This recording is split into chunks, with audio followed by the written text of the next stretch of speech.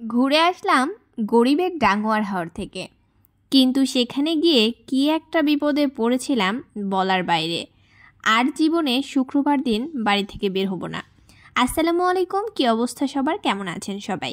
আশা করছি সকলেই ভালো আছেন। আলহামদুলিল্লাহ, আমিও ভালো আছি। অনেকেই ইতিমধ্যে জানেন আমার ছেলের হাত ভেঙে গেছিল। তো পুরো একটা মাস বাড়িতে বসে থেকে থেকে বাচ্চাটা প্রচণ্ড বোর হয়ে গেছিল। প্রত্যেক দিন বায়না করছিল কোথাও ঘুরতে নিয়ে যেতে। ফোনের মধ্যে স্ক্রল করতে করতে বারবার দেখা যাচ্ছিল ডাঙ্গুয়ার হাওরে সবাই ঘুরতে যাচ্ছে।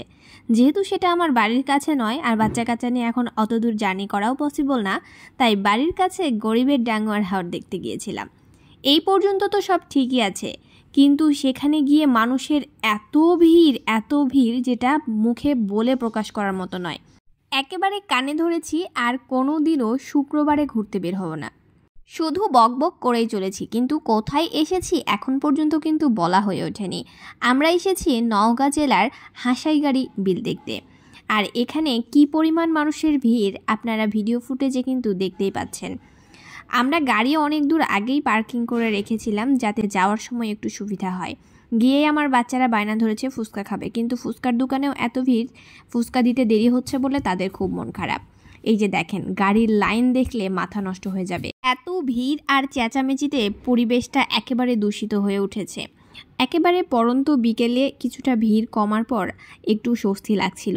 যাই হোক, একেবারে শেষের দিকে আমরা নৌকায় উঠলাম। আজকে নৌকা ভাড়াও অনেক বেশি, যেহেতু অনেক মানুষজন দেখেছে এই জন্য নৌকা ভাড়াও বেশি। অবশ্য প্রত্যেক শুক্রবারেই নাকি এরকম ভিড় হয়।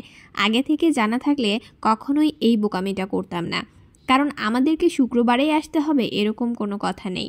যাই হোক, ছুটির দিন বলে সবাই একটু অবকাশ কাটাতে এসেছে, আর সেই ফাঁকে আমরা পড়ে গেছি মাইনকার চিপায়। মানুষের এত পরিমাণ ভিড়, না যাচ্ছে সামনে এগোনো, না যাচ্ছে পেছনে ফেরা। কি একটা অবস্থার মধ্যে পড়েছিলাম, ভাষায় প্রকাশ করতে পারবো না। এরকম অস্বস্তির মধ্যে আসলে আমার অনেক বেশি আনইজি লাগে। কি আর করার, কিছুই করার নেই। নৌকার জন্য অনেকক্ষণ ধরে অপেক্ষা করছিলাম, কিন্তু নৌকা পাচ্ছিলাম না। অবশেষে সন্ধ্যার আগ মুহূর্তে অবশ্য নৌকা পেয়েছিলাম, এবং এই শেষ মুহূর্তের ভালো লাগাটাই সাথে করে বাড়ি নিয়ে এসেছি। মাশাআল্লাহ, নৌকায় ওঠার পর যে বিরক্তিটা ছিল সেটা আর কাজ করছে না, অনেক ভালো লাগছিল। আর এত প্রচণ্ড বাতাস, একটু ভয়ও করছিল যদি নৌকা কোনোভাবে দুলতে দুলতে উল্টে যায়। মা ছেলে কেউই সাঁতার জানি না, কি হবে বাকিটা আল্লাহর হাতে। যাই হোক, শেষ পর্যন্ত অবশ্য কোনো কিছুই হয়নি, আমরা সেফলি বাড়িতে পৌঁছাতে পেরেছিলাম। এই শেষ মুহূর্তে ঘোরাঘুরি করতে অনেক বেশি ভালো লেগেছিল, আর আগের সময়টা খুবই বিরক্তিকর ছিল। নৌকায় থাকতে থাকতেই আজান হয়ে যায় মাগরিবের, আর আপনাদের ভাইয়া এখানে ওযু করছিল নামাজ পড়বে বলে। কারণ আপনি যেখানেই যে অবস্থায় থাকেন না কেন, নামাজের সাথে কোনো রকম কম্প্রোমাইজ করা ঠিক নয়। বাচ্চারা এখানে খেলছিল আর আমি মনের সুখে আবহাওয়াটা উপভোগ করছিলাম। নৌকায় আরও পুরুষ মানুষ ছিল, এই জন্য আমি আর নামাজ পড়লাম না ওখানে, বাড়িতে এসে কাজা পড়ে নিয়েছিলাম। আর বাদবাকি সময়টা শুধু উপভোগ করছিলাম। মাশাআল্লাহ, এত সুন্দর লাগছিল। নৌকা ভ্রমণটা আমার অনেক বেশি ভালো লাগে।